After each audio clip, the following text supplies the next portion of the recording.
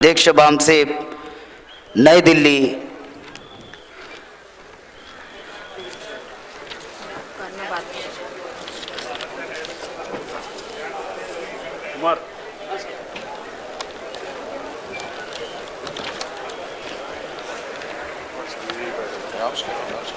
Announce करो बोल रहे सर, अनाउंस करो इनका नाम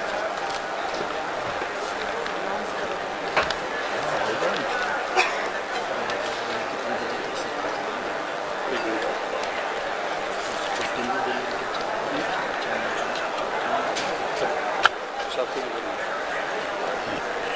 क्या इतना महत्वपूर्ण नहीं है।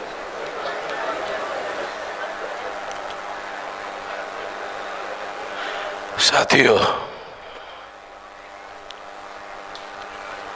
अधिवेशन का दूसरा दिन चल रहा है और दूसरे दिन का दोपहर का सत्र है, जिसमें विषय रखा गया है मुस्लिम लोगों को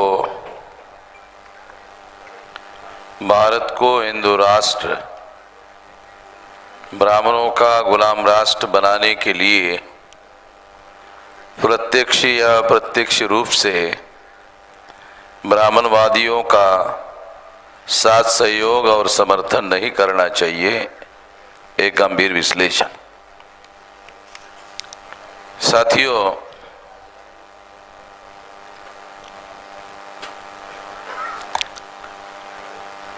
ये जो विषय है, इस विषय को बहुत गंभीरता पूर्वक समझने की जरूरत है।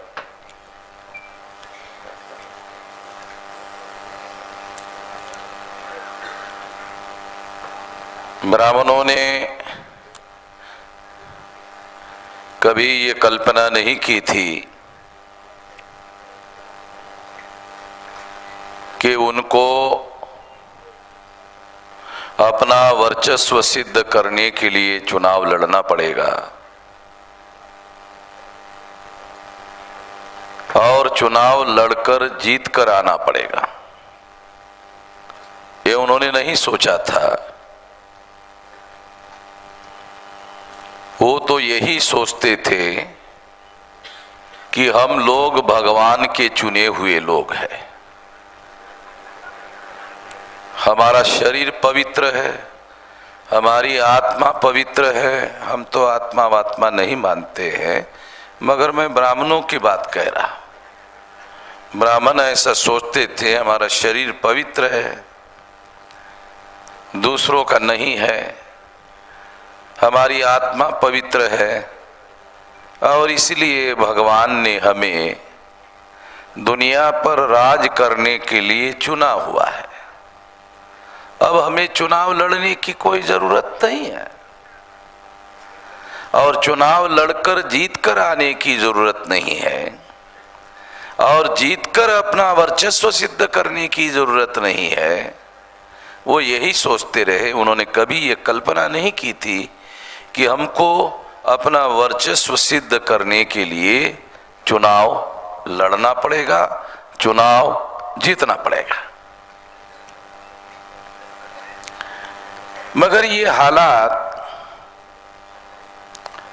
तब पैदा हुए जब 1917 को इंग्लैंड में प्रौढ़ मताधिकार का, एडल्ट फ्रेंचाइज का आंदोलन शुरू हुआ और इंग्लैंड के लोगों ने, अंग्रेजों ने आंदोलन शुरू किया कि हर 21 साल के व्यक्ति को वोट का अधिकार होना चाहिए। इंग्लैंड में भी प्रौढ़ लोगों को वोट का अधिकार नहीं था, वहां केवल टैक्स पेयर और पढ़े लिखे लोगों को वोट का अधिकार था।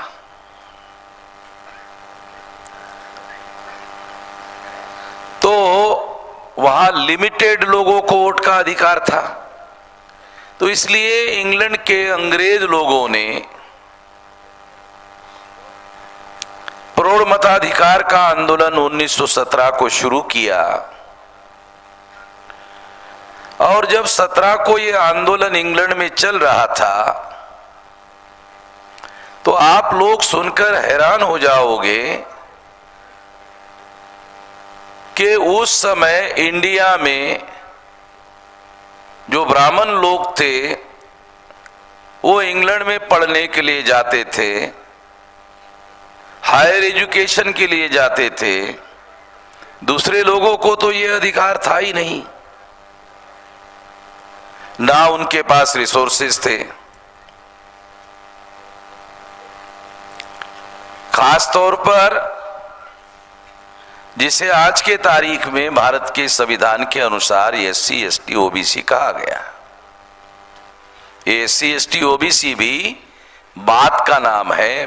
पहला नाम धर्मशास्त्रों के अनुसार जिसे शेड्यूल कास्ट कहा गया उसे अछूत कहा जाता था, जिसे शेड्यूल ट्राइब कहा गया उसे आदिम जाति या आदिवासी कहा जाता था, और जिसे आज OBC कहा जाता है उसे ब्राह्मण धर्मशास्त्र के अनुसार शूद्र कहा जाता था।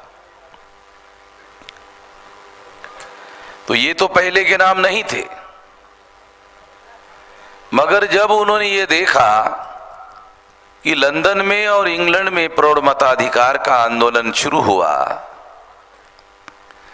तब उन्होंने ये खतरा महसूस किया कि जिन लोगों को हमने शूद्र बनाया, जिन लोगों को हमने अछूत बनाया, जिन लोगों को हमने क्रिमिनल ट्राइब घोषित किया, जिन लोगों को हमने जंगली घोषित किया, उन लोगों को भारत में वोट का अधिकार मिलेगा और पढ़े लिखे होने की कोई जरूरत नहीं होगी, उनके पास कोई एसेट होने की जरूरत नहीं होगी, केवल उम्र के आधार पर वोट का अधिकार मिलेगा।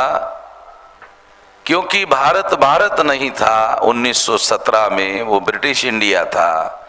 तो ब्रिटेन के पार्लियामेंट में जो भी कानून पास होगा वो कानून आज नहीं तो कल, कल नहीं तो परसों भारत में आ जाएगा। ये ब्राह्मणों ने सोचा और बाद में ऐसा हुआ। तो ब्राह्मणों ने जो सोचा था वो गलत नहीं सोचा था। प्रौढ़ मताधिकार भारत में लागू हो गया। लागू होने के बाद एक बहुत बड़ी परिस्थिति, कॉन्ट्रेडिक्टरी परिस्थिति डेवलप हो गई कि ब्राह्मणों की संख्या 3.5% और 3.5% जो ब्राह्मण है वो ब्राह्मण अगर ईमानदारी से भारत में चुनाव हो जाए तो ग्राम पंचायत का पंच नहीं चुनवा सकते, सरपंच बनाने का सवाल नहीं है। जो लोग देश में सरपंच नहीं बना सकते वो लोग देश की पंचायत का प्रधानमंत्री नॉमिनेट करने का काम आज के तारीख में कर रहे हैं। तो ये सारा चमत्कार प्रौढ़ मताधिकार के अधिकार की वजह से ब्राह्मणों के सामने एक संकट खड़ा हुआ, और वो संकट खड़ा होने के बाद ब्राह्मणों में एक महत्वपूर्ण परिवर्तन हुआ। 1875 को दयानंद सरस्वती राजकोट के टंकारा गांव से चलकर बॉम्बे आए और बॉम्बे में उन्होंने आर्य समाज नाम का संगठन बनाया। उन्होंने हिंदू समाज नाम का संगठन नहीं बनाया, आर्य समाज नाम का संगठन बनाया। उसके बाद 1917 आता है, एडल फ्रेंचाइज का आंदोलन। उसके बाद 1922 को नासिक में गोदावरी नदी के किनारे पर बैठकर ब्राह्मणों ने निर्णय लिया कि हम हिंदू महासभा का निर्माण करेंगे, और 1922 को उन्होंने हिंदू महासभा की घोषणा की। 1875 और 1900 तक 25 साल हो गए, और 25 के बाद 22, 47 ईयर। 47 ईयर में ब्राह्मणों ने यू टर्न लिया।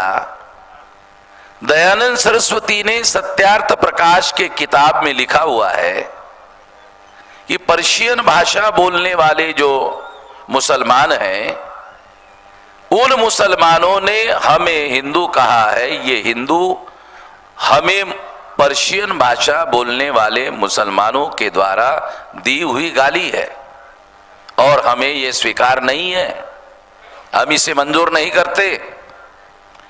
ये बात दयानंद सरस्वती ने 1875 के बाद लिखे हुए ग्रंथ में लिखी और उस समय दयानंद सरस्वती भारत में अकेले ब्राह्मणों के सबसे बड़े नेता थे। उसके बाद बाल गंगाधर तिलक। बाल गंगाधर तिलक दयानंद सरस्वती के पहले नहीं है। तो ब्राह्मणों के सबसे बड़े नेता, उन्होंने ये कहा था, उसका निर्णय ब्राह्मणों ने बदल दिया और जिस हिंदू को पर्शियन भाषा बोलने वाले मुसलमानों के द्वारा गाली कहा गया, उस शब्द को ब्राह्मणों ने स्वीकार किया। यह सारा चमत्कार प्रौढ़ मताधिकार के आंदोलन का था। अभी SC ST OBC को भारत में 1917 को प्रौढ़ मताधिकार नहीं मिला। 1919 को फर्स्ट इंडिया एक्ट पास हुआ, उसमें भी प्रौढ़ मताधिकार लागू नहीं हुआ। 1932 को राउंड टेबल कॉन्फ्रेंस हुई, उसमें भी प्रौढ़ मताधिकार अंग्रेजों ने नहीं माना। 1935 को सेकेंड इंडिया एक्ट पास किया गया भारत के लिए ब्रिटिश पार्लियामेंट के द्वारा, वहां भी प्रौढ़ मताधिकार स्वीकार नहीं किया गया।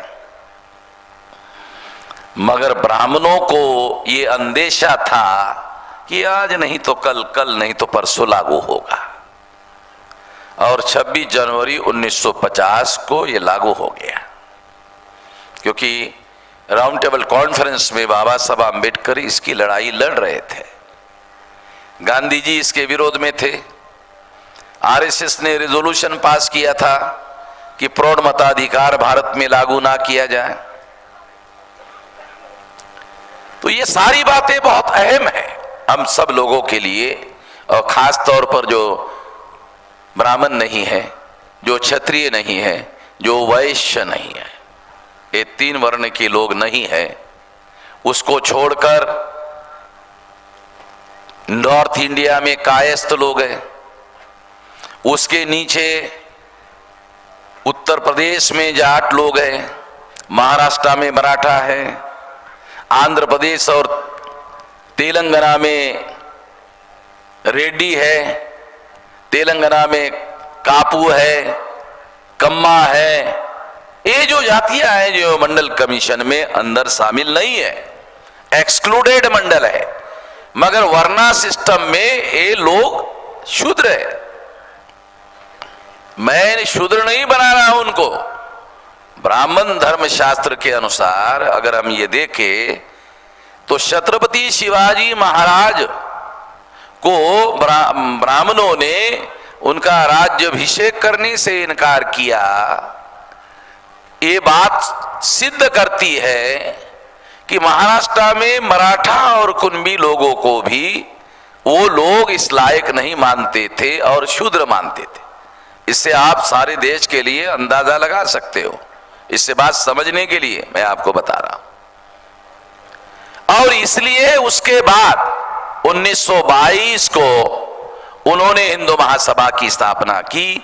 जिन्होंने हिंदू महासभा की स्थापना की उनमें से कुछ लोग 1925 को अलग हुए और उन्होंने RSS की स्थापना की। हिंदू महासभा स्थापना करने वाले लोग ही कुछ लोग थे जो अलग होकर उन्होंने RSS की 1925 को स्थापना की। ये बहुत गंभीरता पूर्वक सोचने वाली बात है। दूसरी एक अहम बात मैं आपको जानकारी के लिए बता रहा हूं, क्योंकि जानकारी वो डाटा होता है जिसके आधार पर आपको विश्लेषण करना जरूरी है। 1885 को चटर्जी, मुखर्जी, बनर्जी, गोखले, तिलक, आगरकर, इन ब्राह्मणों ने कांग्रेस संगठन बनाया। और इस संगठन में जो रानडे थे, हाई कोर्ट के जज रिटायर्ड थे, उन्होंने ज्योतिराव फुले को कांग्रेस में लाने की कोशिश की। उन्होंने रानडे को कहा, यह राष्ट्रीय सभा नहीं है कांग्रेस, ये भट्ट सभा है, ये ब्राह्मण सभा है, मैं इसमें शामिल होने के लिए तैयार नहीं हूं। ये बात ज्योतिराव फुले ने लिख कर रखी। रिकॉर्डेड बातें मैं आप लोगों को बता रहा हूं, काल्पनिक बातें नहीं बता रहा हूं। तो उन्होंने कांग्रेस में जाने से इनकार कर दिया। तो 1875 को आर्य समाज की स्थापना हुई, 1875 को आर्य समाज, 1885 को कांग्रेस,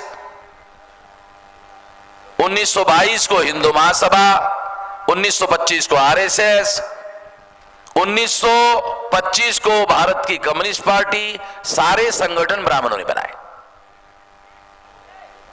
सारे के सारे संगठन ब्राह्मणों के द्वारा बनाए हुए। उसके बाद उन लोगों ने हिंदू राष्ट्र बनाने का संकल्प किया, योजना बनाई, और इस योजना में सबसे बड़ा लक्ष्य रखा कि ये जो ब्राह्मण धर्म शास्त्र के अनुसार जिनको शूद्र बनाया गया है, इन शूद्रों को हिंदू बनाकर, ब्राह्मण इस बात को जानते थे कि शूद्र हिंदू नहीं है। ये ध्यान रखो, बहुत फंडामेंटल बात बता रहा हूं। ब्राह्मण इस बात को जानते थे कि वर्णा सिस्टम में जो शूद्र है वो हिंदू नहीं है। ब्राह्मण धर्म शास्त्र में ये सारी बातें लिखी हुई है, हिंदू है नहीं। अगर वो हिंदू होते तो फिर ब्राह्मणों को इनको हिंदू बनाने के लिए अभियान चलाने की जरूरत नहीं थी। तो ब्राह्मण जानते थे हिंदू नहीं है, तो इसलिए इनकी संख्या ज्यादा थी, बहुसंख्य लोग थे, तो इनको हिंदू बनाने का अभियान शुरू किया। और इनको हिंदू बनाने का अभियान चलाने के लिए ही 1922 को हिंदू महासभा की स्थापना की। स्थापना करने वाले सारे के सारे ब्राह्मण, जिनको वो हिंदू बनाना चाहते थे, उसमें एक भी शूद्र बनाने में शामिल नहीं था। ये महाराष्ट्र में जो मराठा लोग हैं, ब्राह्मण धर्म शास्त्र के अनुसार शूद्र है। खुद छत्रपति शिवाजी महाराज को ब्राह्मणों ने शूद्र घोषित किया, शूद्र कहा, और राज्याभिषेक करने के लिए इनकार कर दिया कि शूद्र को राजा बनने का अधिकार नहीं है। ये तो छत्रपति शिवाजी महाराज के समय की बात है। आप लोगों को थोड़ा सा याद दिला दूं, जब राजीव गांधी की हत्या हुई तो वो कांग्रेस के प्राइम मिनिस्टर भी थे और कांग्रेस के प्रेसिडेंट भी थे। तो दोनों पद खाली हो गए और नरसिंह राव रिटायर्ड हो गए थे। तो कांग्रेस के जो होशियार लोग थे, उन लोगों ने प्लान बनाया कि नरसिंह राव तो रिटायर्ड हो गए हैं, इनको टेम्पररी कांग्रेस पार्टी का अध्यक्ष बना देते हैं। वो साउथ इंडिया का काला ब्राह्मण था। काला ब्राह्मण गोरे ब्राह्मण से ज्यादा खतरनाक होता है। उसको टेम्पररी बनाया। ये टेम्पररी बनाने में संभवतः शरद पवार उस समय अपोजिशन पार्टी में, कांग्रेस पार्टी में सबसे स्ट्रांग नेता माने जाते थे, और उनको अध्यक्ष बनाने में शरद पवार का भी रोल था। तो शरद पवार ने प्रधानमंत्री पद के लिए राजीव गांधी की हत्या होने के बाद एप्लीकेशन किया कि मैं भी प्रधानमंत्री बनना चाहता हूं। तो कांग्रेस के तमाम लोगों को लगा कि शरद पवार का कांग्रेस में मुकाबला करना संभव नहीं, शरद पवार के विरोध में चुनाव नहीं जीता जा सकता। तो नरसिंह राव जो रिटायर हो गए थे, उनको टेम्पररी कांग्रेस पार्टी का अध्यक्ष बनाया गया था। उन्होंने केरला के करुणाकरण को बुलाया और बुलाकर करुणाकरण को कहा कि शरद पवार को समझाओ कि वो प्रधानमंत्री पद के लिए एप्लीकेशन ना करे और जो किया है विड्रॉ कर दे। तो शरद पवार ने नहीं माना तो नरसिंह राव ने करुणाकरण को कहा कि ये बयान दे दो कि अगर शरद पवार नहीं मानते तो उनको प्राइमरी मेंबरशिप से कांग्रेस से निकाल दिया जाएगा। कांग्रेस पार्टी ब्राह्मणों के लिए बनाई हुई है भाई। शरद पवार जिस समोटित कम्युनिटी से आते हैं मराठा, वो ब्राह्मण धर्म शास्त्र के अनुसार शूद्र है, उसके लिए थोड़ी कांग्रेस पार्टी बनाई है। तो शरद पवार को जब धमकी दी गई तो शरद पवार ने अपना एप्लीकेशन विड्रॉ किया। राहुल पता है ना तुमको, है? क्योंकि तुम्हारे इलाके के में शरद पवार तुम्हारे इलाके का है, तुमको मालूम होना चाहिए, तुम्हारे जिले का है। पवार साहब, आपने पाटिल साहब, आपको भी पता है ना। हाँ, मैं ये केवल शिवाजी महाराज को ही ब्राह्मणों ने शूद्र नहीं माना, पवार को भी एक ज्यादा पुरानी बात नहीं है, और पवार को भी उन्होंने प्रधानमंत्री बनने से रोका, बनने नहीं दिया। ये हमारे सामने की बात है, उदाहरण के लिए बता रहा हूं ताकि आपको पता चले कि ऐसे बहुत सारे लोग हैं जो वर्णा सिस्टम में शूद्र है मगर मंडल कमीशन में ओबीसी नहीं है। जैसे आपके आंध्र प्रदेश के रेड्डी ले लो, ये रेड्डी भी वर्णा सिस्टम में शूद्र है। एक जो कम्मा है एनटी रामाराव की जाति है, ये भी शूद्रा है। हम नहीं बना रहे, वो है ब्राह्मण धर्म शास्त्र के अनुसार। ब्राह्मणों ने योजना बनाकर कौन से जाति को कौन से राज्य में सत्ता में हिस्सेदार बनाकर राज्य की सत्ता उसको दे दिया जाए और उसकी मदद से केंद्र की सत्ता पर ब्राह्मणों के द्वारा कब्जा किया जाए, ये सारा प्लान बनाकर उन्होंने किया। मैं आपको जो समझाना चाह रहा हूं कि 1922 को जब इन्होंने हिंदू महासभा बनाई तो ये सारे लोग थे जिनको उन्होंने हिंदू बनाने का अभियान शुरू किया। हिंदू बनाने का अभियान शुरू किया, इसका अर्थ ये ब्राह्मण भी जानते थे हिंदू नहीं है, तो उन्होंने उनको हिंदू बनाने का अभियान शुरू किया। एक समस्या समझने की जरूरत है, ब्राह्मण धर्म शास्त्र के अनुसार ब्राह्मण धर्म का प्रचार करके किसी को भी सदस्य नहीं बनाया जा सकता। अगर कोई जैन बनना चाहता है तो बन सकता है, कोई बुद्धिस्ट बनना चाहता है तो बन सकता है, कोई मुस्लिम बनना चाहता है तो बन सकता है, कोई क्रिश्चियन बनना चाहता है तो बन सकता है, कोई लिंगायत बनना चाहता है तो बन सकता है, कोई सिख बनना चाहता है तो बन सकता है, क्योंकि ये सारे इंसान बराबर है, इस सिद्धांत को मानते हैं। ब्राह्मण धर्म जो है ये सारे इंसान बराबर है, ये सिद्धांत को नहीं मानते। इसलिए प्रचार के द्वारा संख्या नहीं बढ़ाई जा सकती। दूसरा है, पैदा करके संख्या बढ़ाई जाए तो ब्राह्मणों के घरों में जाओ, एक या दो, मुश्किल से दो, ब्राह्मण के घर में मुश्किल से 2 बच्चे होते।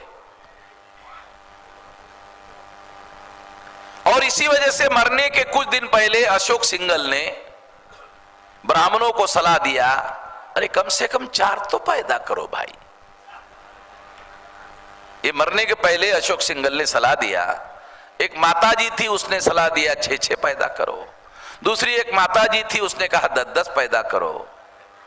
अब दोनों माताओं को पैदा करने का कोई अनुभव है नहीं,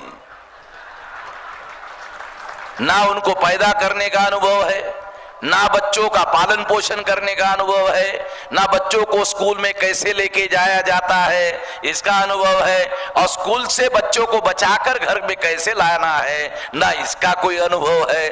वो कहे 10-10 करो। अरे तो कहने को क्या लगता है भाई।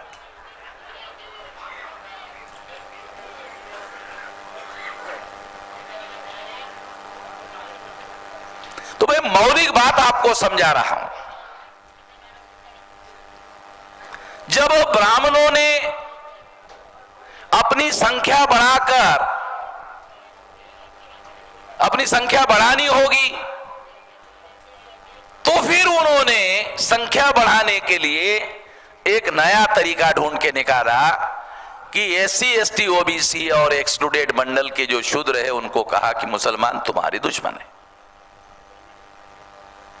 मुसलमानों को उनको दुश्मन बताना शुरू कर दिया और एससी एसटी ओबीसी और एक्सक्लूडेड मंडल के जो लोग हैं उन लोगों को प्रतिक्रिया में हिंदू बनाया।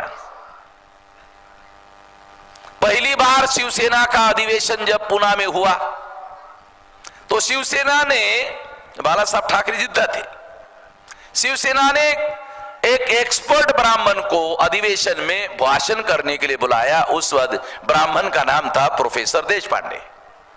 देशपांडे ने शिवसेना के अधिवेशन में भाषण किया और कहा, हिंदुओं की जागृति प्रतिक्रिया से होती है। विद्वान आदमी था देशपांडे। उसने कहा, हिंदुओं की जागृति प्रतिक्रिया से होती है, और भी लंबा कुछ कहा, मगर वो सारा लंबा भाषण लोक सत्ता में छपकर नहीं आया, आधा सेंटेंस छपकर आया। हिंदुओं की जागृति प्रतिक्रिया से होती है, ये लोक सत्ता में छपकर आया, मैंने पढ़ा। तो मैंने कहा ये आधा सेंटेंस छापा भाई पत्रकार ने, पत्रकार भी ब्राह्मण था, आधा छापा, इसका मतलब उसने आधा छोड़ दिया। ऑब्जेक्शनेबल था, कानूनन ऑब्जेक्शनेबल था, इसलिए कि प्रतिक्रिया किससे होती? प्रतिक्रिया फसाद से होती है। तीसरा एक सेंटेंस है, फसाद मुसलमान के विरोध में करना होगा। ये सारी बातें शिवसेना के अधिवेशन में अंदर बोला होगा, बाहर में सारी बातें छापी नहीं जा सकती, क्योंकि इसमें कानूनन ऑब्जेक्शनेबल बातें हैं कि फसाद करना होगा तो प्रतिक्रिया होगी, फसाद मुसलमान के विरोध में करना होगा तो प्रतिक्रिया ज्यादा होगी। तो एससी एसटी ओबीसी कुनबी मराठा इन लोगों को अगर हिंदू बनाना है तो मुसलमानों के विरोध में प्रतिक्रिया करनी होगी, तो इनको हिंदू बनाया जा सकता।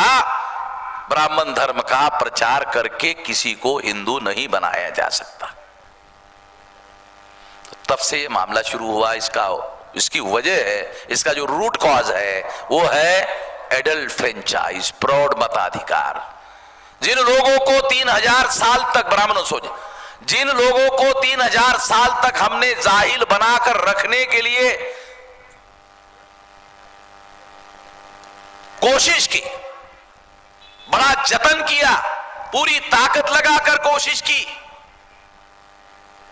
उन लोगों को एडल्ट फ्रेंचाइज, प्रौढ़ मताधिकार लागू होगा और उनको अधिकार मिल जाएगा कि देश का प्रधानमंत्री कौन होगा, ये चुनने का अधिकार उनको होगा। अब जब इनकी संख्या ज्यादा होगी तो स्वाभाविक रूप से संख्या के अनुपात में ये सारे के सारे लोग जो है ऐसा कर सकते हैं, ऐसा हो सकता है। ये खतरा सोचकर उन्होंने, ब्राह्मणों ने एक प्लान बनाया। प्लान क्या बनाया कि ब्राह्मणों ने प्लान बनाया, इन सब लोगों को प्रतिक्रिया में हिंदू बनाना है, यानी मुसलमानों के विरोध में प्रतिक्रिया निर्माण करके हिंदू बनाना है। जितनी ज्यादा प्रतिक्रिया होगी, मान लो फसाद 24 घंटे हुआ तो उतनी प्रतिक्रिया होगी, फसाद 72 घंटे हुआ फिर उसकी प्रतिक्रिया होगी, फसाद 1 महीना चला फिर उतनी प्रतिक्रिया होगी। अलीगढ़ में 6 महीना फसाद चला, उससे ज्यादा फसाद का रिकॉर्ड नहीं है, मगर उत्तर प्रदेश में अलीगढ़ में एक फसाद का रिकॉर्ड जो है, कर्फ्यू जो है 6 महीने तक चला।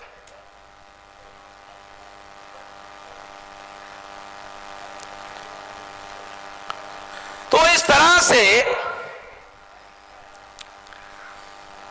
फसाद किया जाए और प्रतिक्रिया से हिंदू बनाया जाए, ये योजना ब्राह्मणों ने बनाई। क्योंकि जो एससी एसटी ओबीसी के लोग थे और एक्सक्लूडेड मंडल वाले जो शूद्र थे, वो तो हजारों सालों से जिनको जाहिल बना के रखा गया था, जाहिल बनाकर जिन लोगों को रखा गया था, उन लोगों को ये वोट का अधिकार मिला था। तो इनकी ताकत थी, SC ST OBC act to date Mandal की ताकत थी। तो उन्होंने कहा कि ये भारत के राज्य सत्ता के नियंत्रक हो सकते हैं। अगर इनको प्रतिक्रिया में हिंदू बनाया जाए तो ये इग्नोरेंस में हिंदू बनाए जा सकते हैं। अगर इनको इग्नोरेंस में हिंदू बनाया जाएगा तो इनका इस्तेमाल हम कर सकते हैं। अगर इसका इस्तेमाल हम कर सकते हैं तो इस्तेमाल करने वाला आदमी प्रधानमंत्री होगा। जवाहरलाल नेहरू प्रधानमंत्री हो गया। पहला ब्राह्मण जो है वो देश का प्रधानमंत्री हो गया और ब्राह्मण इसी के आधार पर प्रधानमंत्री होते रहे। और जब तक ब्राह्मण प्रधानमंत्री रहे उन्होंने देश को ब्राह्मण राज में रूपांतरित करने की पूरी कोशिश की और इसमें उन्होंने कामयाबी हासिल की। आज के तारीख में भारत ब्राह्मण नियंत्रित राष्ट्र है। 2009 में 375 सीटों पर ब्राह्मणों के पार्टी का कब्जा था। 2014 में 411 सीटों पर लोकसभा में ब्राह्मण पार्टी का कब्जा था।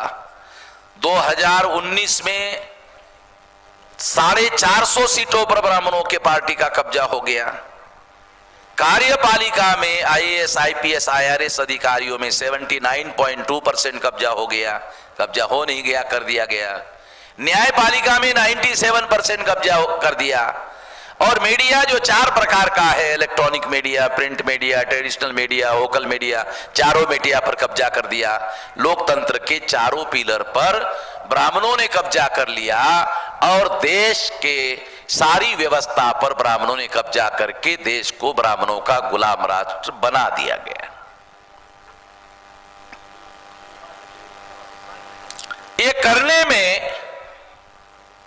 एक बड़ी वजह, बहुत सारे कारण हैं, एक कारण की वजह से रिजल्ट नहीं आया। काशीराम जी कहा करते थे ऐसा करने में अल्पसंख्य लोगों को राज्य सत्ता पर कब्जा करने के लिए 3 बड़े कारण थे। काशीराम जी ने अपने किताब में लिखा, money, mafia and media.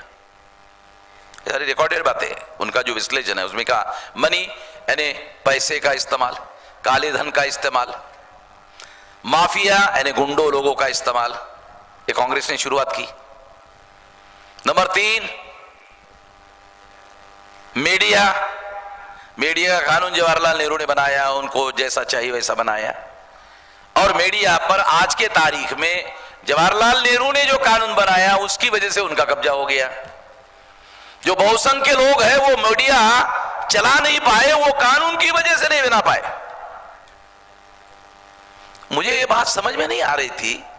Nashik में गोदावरी नाम का एक पेपर चलाया जाता है मराठी में, और वो पेपर चलाने वाला आदमी ब्राह्मण था। उसके साथ में एक बार बैठ के चर्चा कर रहा था मीडिया के बारे में, तो उन्होंने मुझे बताया कि मैंने सुप्रीम कोर्ट में एक केस दायर किया था मीडिया के संबंध में। मैंने पूछा क्या केस थी? कहा कि मैंने टाइम्स ऑफ इंडिया के विरोध में केस दायर किया। क्या केस थी? कहा कि 64 पेज का पेपर टाइम्स ऑफ इंडिया का वो 2 रुपए में देता है। तो मैंने उसको अरे ऐसे कैसे दे सकता है? कहा कि वो जो 64 पेज का पेपर है उसको छपाने के लिए 25 रुपए खर्चा आता है, उसका छपाई का खर्चा 25 आता है उसने कहा, और पेपर 2 रुपए में बेचता है। मैंने कहा ऐसे कैसे हो सकता है? कहा कि यही तो केस लेकर मैं गया था सुप्रीम कोर्ट। ब्राह्मण बोल रहा था कि यही केस में लेकर गया था सुप्रीम कोर्ट में। मैंने कहा क्या हुआ? मैंने कहा मेरा केस ये था कि पेपर को छपाई का जितना खर्चा आएगा उतनी पेपर की कीमत पेपर प्रिंट करने वालों को रखनी होगी। ये 25 रुपया अगर टाइम्स ऑफ इंडिया को छपाने का खर्चा आता है तो उसको 25 रुपए में बेचना होगा। मैंने कहा आपका ये करने के पीछे क्या मकसद था? कहा कि मेरा मकसद ये था कि जब 25 रुपए का पेपर वो करेगा तो कोई पेपर लेने वाला नहीं है, सर्कुलेशन के आधार पर पेपर को विज्ञापन मिलेगा। जब ज्यादा सर्कुलेशन नहीं होगा, ज्यादा विज्ञापन नहीं मिलेगा, ये पेपर ज्यादा नहीं चल पाएगा, दूसरे लोगों को विज्ञापन मिलना शुरू हो जाएगा। केस के विरोध में फैसला दे दिया सुप्रीम कोर्ट ने। कैसा दे दिया कि हाँ कानून ही ऐसे बनाया। कानून का सहारा लेकर उन्होंने मुझे ये फैसला दे दिया कि नहीं ऐसा नहीं हो सकता, वो अपने पेपर की कीमत 2 रुपया रख सकते हैं। तो मैंने कहा 25 रुपया छपाई का करने के बाद वो 2 रुपए में पेपर कैसे बेचता था? कहा एक दिन के एक पेपर के 1 करोड़ से ज्यादा विज्ञापन उसको मिलता था। एक दिन के एक पेपर में 1 करोड़ रुपए से ज्यादा विज्ञापन उसको मिलता था। इतने सारे पेपर छापता था, वो सारे पेपर में विज्ञापन होते थे और 10-15 पेज में खबरें होती थी, आर्टिकल होते थे और सारा धंधा करता था। तो मैं एग्जाम्पल के लिए आपको बता रहा हूं कि जवाहरलाल नेहरू ने जो प्रेस एंड पब्लिकेशन एक्ट बनाया, कानून बनाया, वो कानून उन्होंने मीडिया पर अपने लोगों का कब्जा होना चाहिए इसके लिए किया। आज सारा प्रिंट मीडिया उनके कब्जे में। दूसरा कोई आदमी अखबार चलाने लायक नहीं है, क्योंकि विज्ञापन के बगैर ना चैनल आप चला सकते हो ना प्रिंट मीडिया आप चला सकते हो। तो ये सारा का सारा मामला उन्होंने कब्जा किया। तो लोकतंत्र के चारों पिलर पर आज ब्राह्मणों का कब्जा हो गया, और ब्राह्मणों का कब्जा हो गया ये लोगों को वामसेव के द्वारा मालूम हुआ। किसी ने ये बात नहीं बताई भारत में। अभी मुझे हार्वर्ड यूनिवर्सिटी से एक प्रोफेसर का टेलीफोन आया कल कि आप हमें ये सारा भारत में जो चल रहा है वो सारा फैक्ट जो है हमें लिख करके भेजो। मैं काहे के लिए? नहीं, ये बातें दुनिया को मालूम होनी चाहिए कि ये भारत में क्या हो रहा है। मैंने कहा ठीक है। तो सोशल मीडिया में मैंने कहा हम तो लिख ही रहे हैं। कहा कि ठीक है, सोशल मीडिया में आप लिख रहे हैं, बोल रहे हैं, मगर आप इसको इंग्लिश में बनाकर भेजिए। तो मैंने उनको वादा किया कि 2-3 दिन में मैं ये सारा फैक्ट, सारा डॉक्यूमेंट्री एविडेंस के आधार पर मैं आपको बताऊंगा। ये सारी दुनिया को मालूम होना चाहिए। और ये सारी बातें कांग्रेस ने भारत में कानून और संविधान के विरोध में जाकर की। ये सारी की सारी बातें की। अब ये कब्जा करने के लिए एक हथियार उन्होंने, ये कब्जा ना हो, ब्राह्मणों का कब्जा ना हो, इसके लिए छत्रपति शाहू महाराज सतर्क थे। ब्राह्मणों को मालूम हो गया कि छत्रपति शाहू महाराज नेशनल लेवल की पार्टी बनाने वाले हैं। जैसे उनको मालूम हो गया कि छत्रपति शाहू महाराज नेशनल लेवल की पार्टी बनाने वाले हैं, षड्यंत्र करते छत्रपति शाहू महाराज को जहर देकर ब्राह्मणों ने मार दिया। ऐसा गुप्त रिपोर्ट अंग्रेजों ने लंदन में लिखित रूप से भेजा। वो गुप्त रिपोर्ट हम लोगों ने ढूंढ के निकाला है। वो रिपोर्ट की कॉपी हमारे पास है।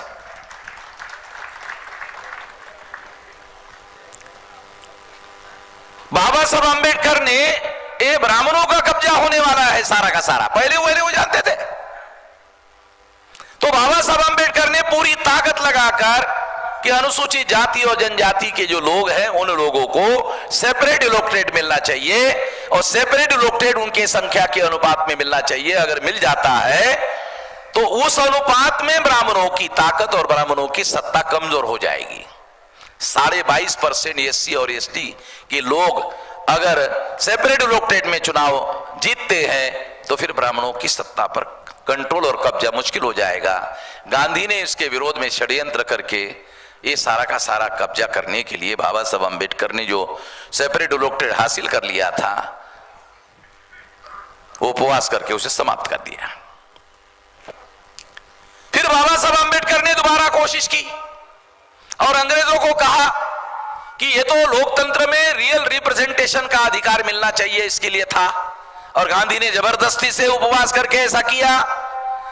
तो अंग्रेजों ने स्वीकार किया कि हम भारत छोड़ने के पहले आपको इस सेपरेट इलेक्टोरेट का अधिकार बहाल करके चले जाएंगे, आपको भी अधिकार देके जाएंगे।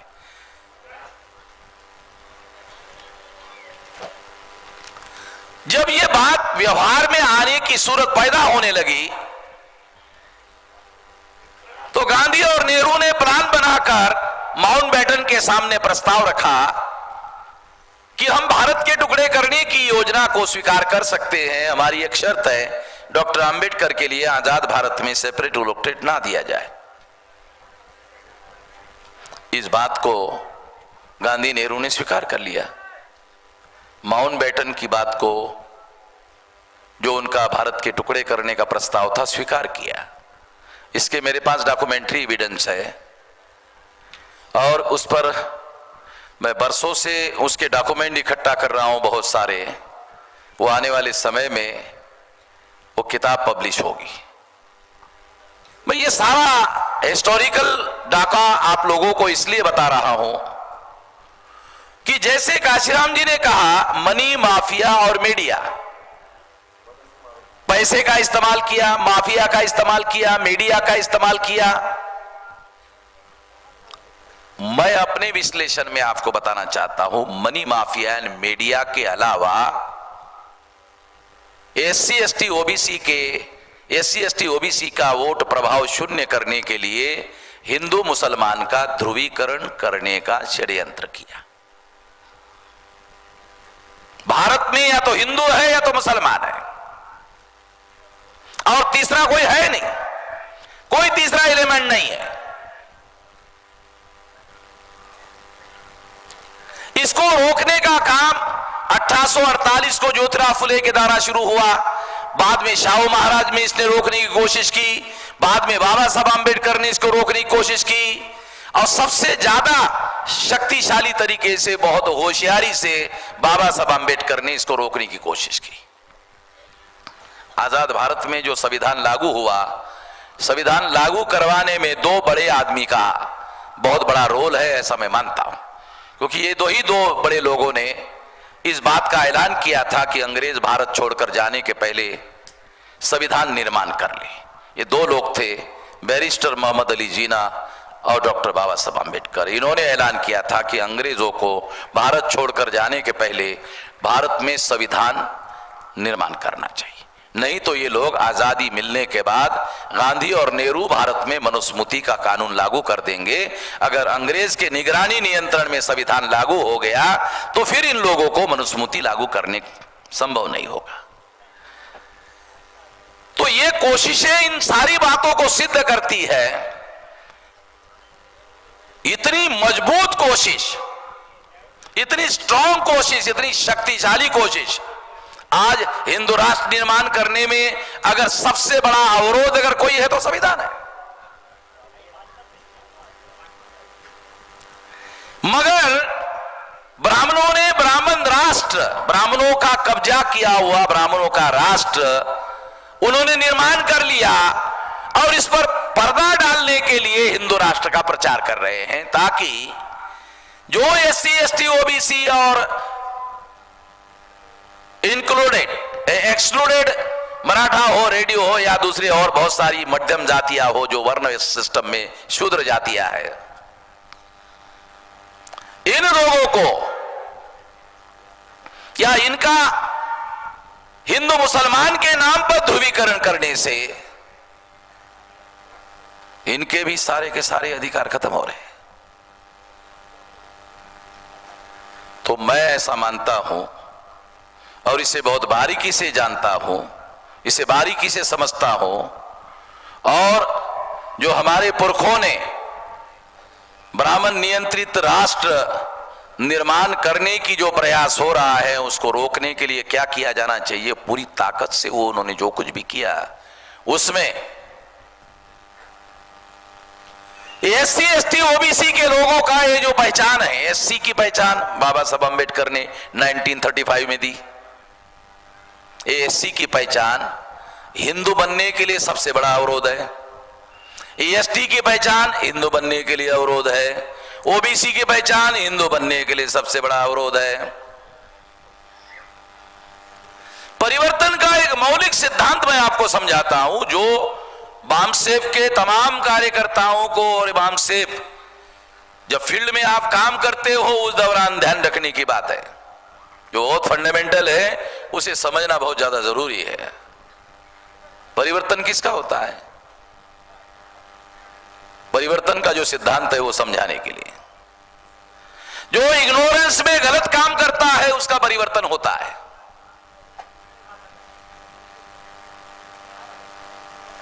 मान लो ब्राह्मणों का धर्म एससी एसटी ओबीसी ने स्वीकार कर लिया, उसके बाप का धर्म नहीं, उसके दादा का धर्म नहीं, उसके लकड़ दादा का धर्म नहीं, उसके बाप दादा लकड़ दादा को गुलाम बनाने वाला धर्म है। तो इसका मतलब है अगर ये आज स्वीकार कर रहा है तो इसका मतलब ये है कि ये इग्नोरेंस में स्वीकार कर रहा है।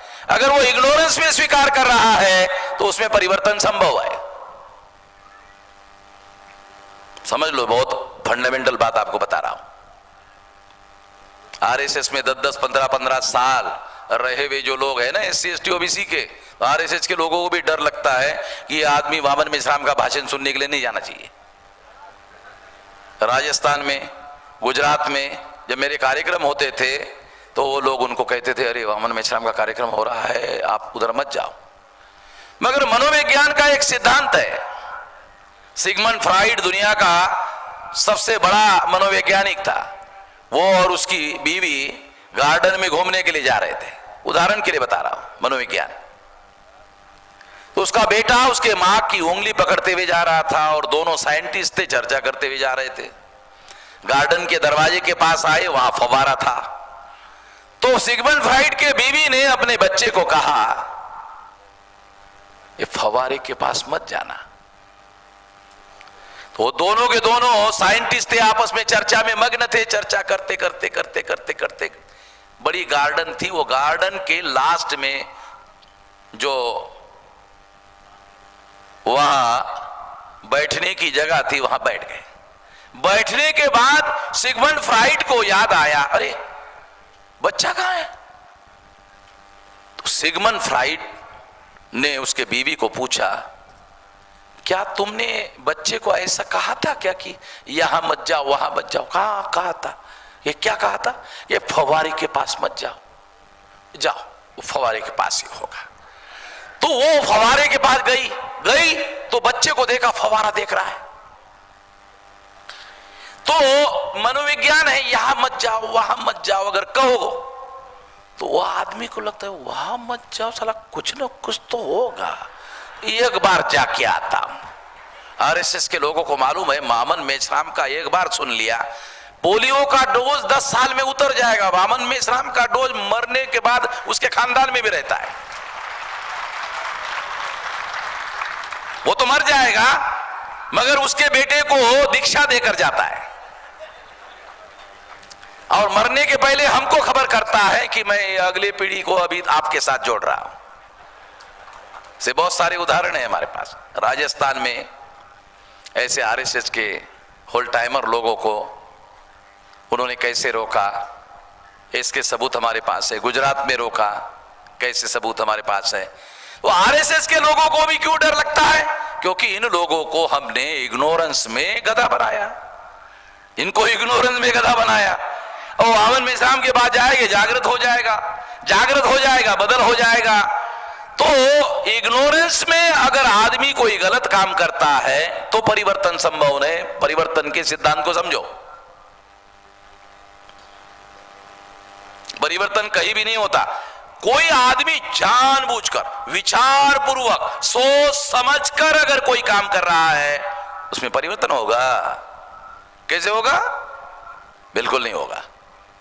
जो आदमी जानबूझकर, विचार पूर्वक, योजनाबद्ध तरीके से काम करेगा उसके अंदर परिवर्तन होने वाला नहीं है। तो हम जो परिवर्तन करने वाले लोग हैं, और मैं जो इतिहास आप लोगों को बता रहा हूं, हजारों साल का झगड़ा इस देश में ब्राह्मणों का और हमारी लड़ाई हजारों साल से है। ब्राह्मण हिस्टोरियन इतिहास लिखता है, तो इतिहास में क्या लिखता है? देखो इतिहास कैसा लिखता है ब्राह्मण हिस्टोरियन, कि भारत की सबसे बड़ी समस्या हिंदू मुसलमान की समस्या है। क्यों? एससी एसटी ओबीसी नहीं है, है नहीं। मुस्लिम लोगों का आगमन भारत में होने के पहले, चलो ठीक है तुम्हारी बात मान लेते हैं, हिंदू मुसलमान की समस्या है। मुस्लिम लोगों के आगमन के पहले जब मुस्लिम भारत में थे ही नहीं, आगमन ही नहीं हुआ था। आगमन होने के बाद हिंदू मुसलमान की समस्या सबसे बड़ी समस्या हो गई। उनके आगमन के पहले किसकी समस्या थी? जब मुस्लिम भारत में थे ही नहीं, फिर किसकी समस्या थी? फिर तो हिंदू मुस्लिम की समस्या नहीं थी।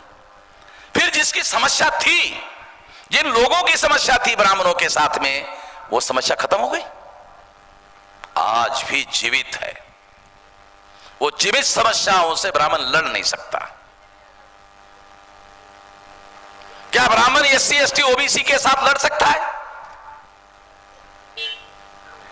उनके पास बहुत ज्यादा ताकत है, ताकत के हिसाब से लड़ सकता है, राज्य सत्ता उनकी है, लड़ सकता है, लड़ता नहीं है। लड़ सकता है, लड़ता नहीं। क्यों? क्योंकि उनका जो सिद्धांत है हिंदुओं का ध्रुवीकरण करने का, अगर वो एससी एसटी ओबीसी से लड़ेगा तो फिर तो हिंदू वर्सेस हिंदू लड़ाई शुरू हो जाएगी। पाटिल साहब समझ में आ रहा है? गधे नहीं है ना ब्राह्मण लोग, ब्राह्मण लोग गधे तो है नहीं ना। अगर वो हमसे लड़ने लायक है, ताकत है, मगर हमसे नहीं लड़ता। क्यों नहीं लड़ता? क्योंकि फिर हिंदू वर्सेस हिंदू की लड़ाई शुरू हो जाती है और रणनीति गलत हो जाती है, रणनीतिक दावपेच गलत हो जाता है। ये दावपेच में ही ब्राह्मण असफल हो जाता है। इसलिए वो योजना बनाता है कि मामला हिंदू मुसलमान का होना चाहिए और दूसरा कोई भी नहीं होना चाहिए। भारत में केवल या तो हिंदू है या तो मुस्लिम है, बाकी कोई है ही नहीं। और ध्रुवीकरण का कांग्रेस को फायदा होता है, ध्रुवीकरण का बीजेपी को फायदा होता है, ध्रुवीकरण का कम्युनिस्टों को फायदा होता है, ध्रुवीकरण का मार्क्सवादी कम्युनिस्ट को फायदा होता है, ध्रुवीकरण का तृणमूल कांग्रेस को फायदा होता है। जितने ब्राह्मणों के दल है सभी लोगों को ध्रुवीकरण का फायदा होता है। क्योंकि जब कोई हिंदू होता है तो हिंदू का नेता ब्राह्मण होता है, जब एससी होता है तो एससी का नेता एससी होता है, एसटी का नेता एसटी होता है, ओबीसी का नेता ओबीसी होता है। जब एससी एसटी ओबीसी हिंदू होता है तो हिंदू का नेता ब्राह्मण होता है।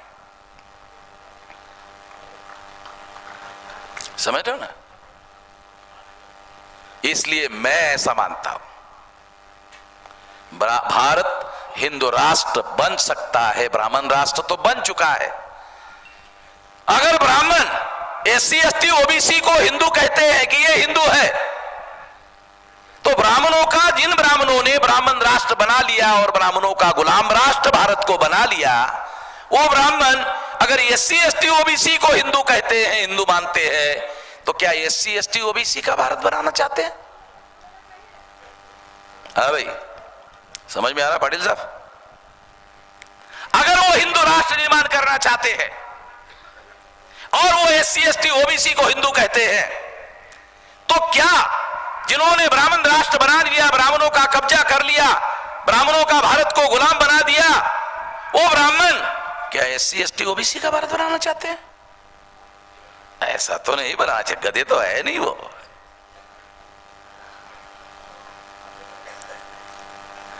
तो वो एससी एसटी ओबीसी का राष्ट्र नहीं बनाना चाहते हैं।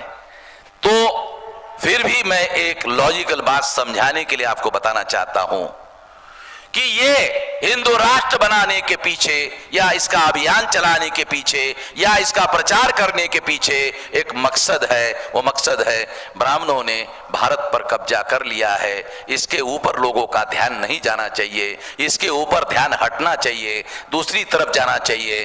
और एससी एसटी ओबीसी के जो लोग गधे बनाए जा चुके हैं, जिनको मूर्ख बनाया जा चुका है, जिनको हिंदू बनाया जा चुका है अर्थात मूर्ख बनाया जा चुका है, गधा बनाया जा चुका है, गुलाम बनाया जा चुका है, उनका राष्ट्र नहीं बनाया जा सकता, उनका राष्ट्र बनाया नहीं जा सकता। मगर उनके अंदर ऐसी भावना पैदा की जा सकती है, हिंदू राष्ट्र बनाएंगे।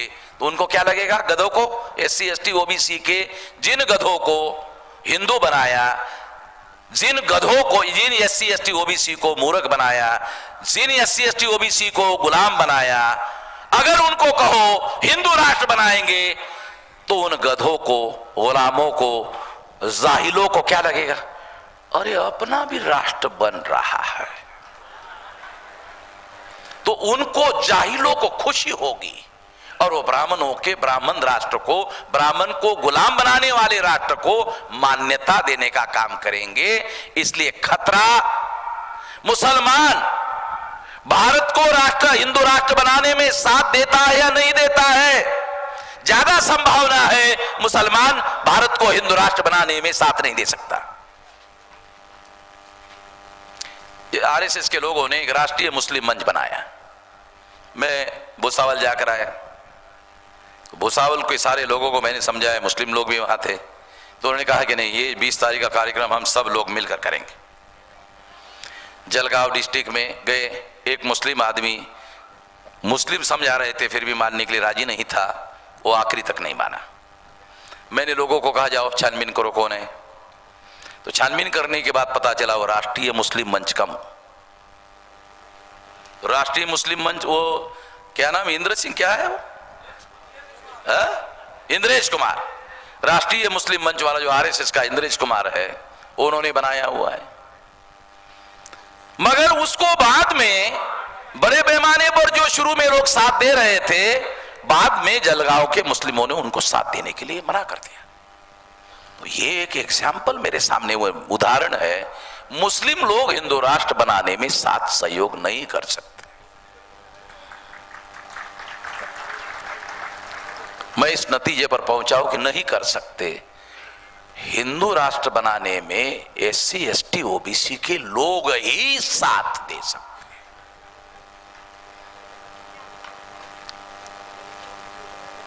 और अभी तक दे रहे।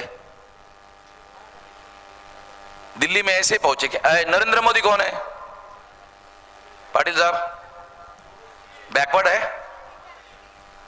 नरेंद्र मोदी एक गुजरात का बैकवर्ड क्लास का आदमी है।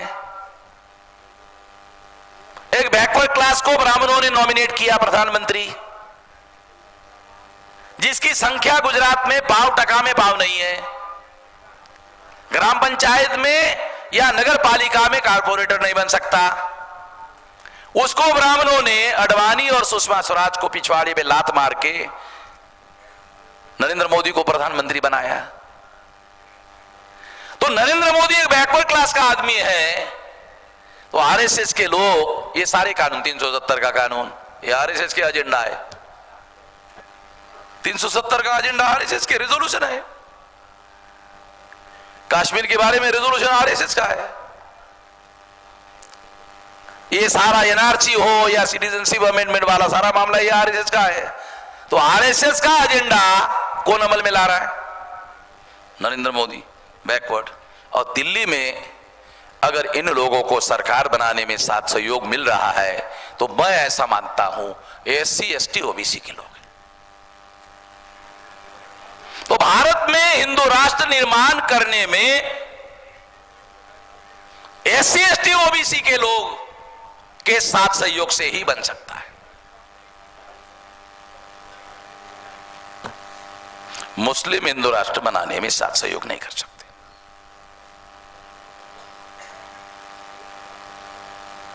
थोड़ी देर के लिए अगर उन्होंने कोई गलती की तो वो सुधार सकते।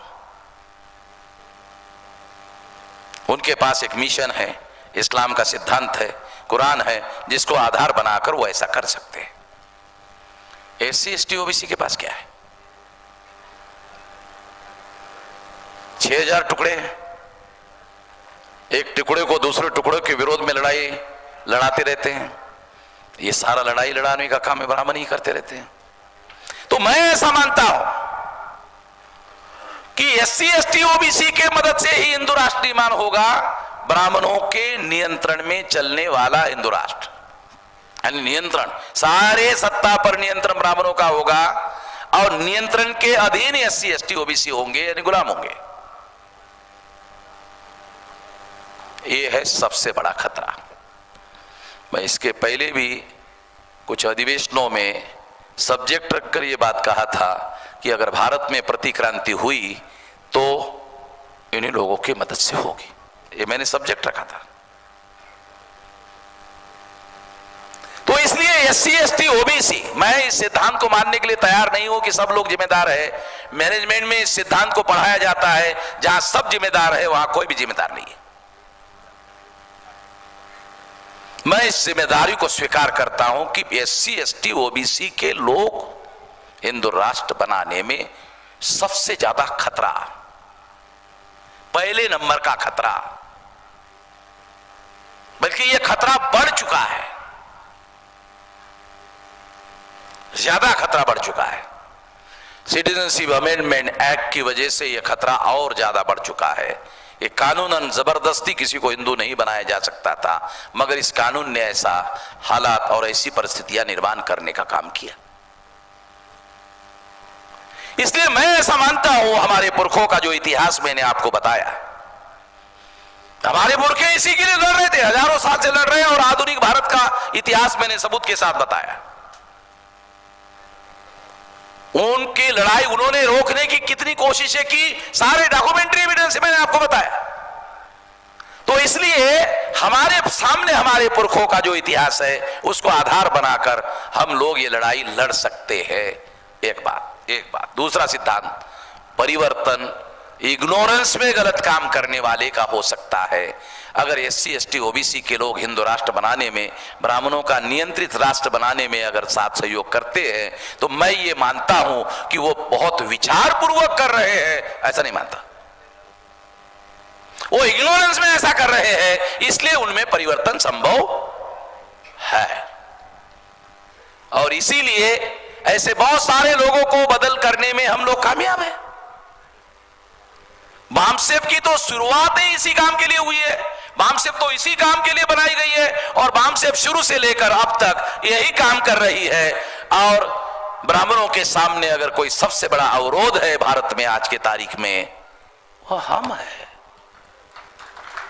मैं सारे भारत में घूमता हूं, एससी एसटी ओबीसी के अंदर किसी प्रकार का कोई ऑब्जेक्टिव बनाकर काम कर रहा है, एक भी आदमी नहीं है। कोई विचारधारा के आधार पर काम कर रहा है, एक भी आदमी नहीं है। किसी के पास कोई इस प्रकार का काउंटर प्लान है, किसी के पास मैंने नहीं देखा। डॉक्टर साहब देखा आपने? है कोई?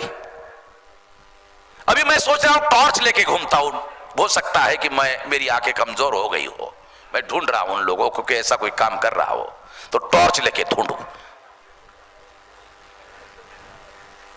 एक भी आदमी नहीं, समझ में ही नहीं आता भाई ये क्या चल रहा है, हमारा दुश्मन कर क्या रहा है। अरे काउंटर प्लान तो तब बनेंगे जब उन्होंने प्लान क्या बनाया उसको समझेंगे। जब उन लोगों ने क्या प्लान बनाया यही समझ में नहीं आ रहा है, तो काउंटर कहां से बनाएंगे।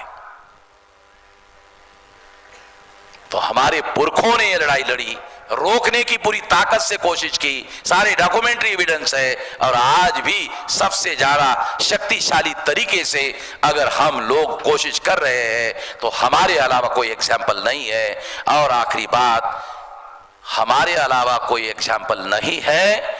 एससी एसटी ओबीसी के लोग ये राष्ट्र बना सकते हैं और यही लोग रोक लगा सकते हैं। और एक बात आपको बताता हूं, यही लोग रोक लगा सकते हैं। इनको ही रोक लगाने के लिए तैयार करना होगा, इनके लिए हम लोगों को पूरी एनर्जी और पूरी ताकत लगानी होगी, तब जाकर ये कामयाबी हम हासिल कर सकते हैं। ऐसा मेरा यकीन है, विश्वास है। ऐसा करना होगा। ऐसा करने के लिए हम सब लोगों को लगातार कोशिश करनी होगी। हम लोग प्रयास कर रहे हैं कि ऐसी कोशिश किया जाए। धन्यवाद। धन्यवाद सर। साथियों, यहाँ पर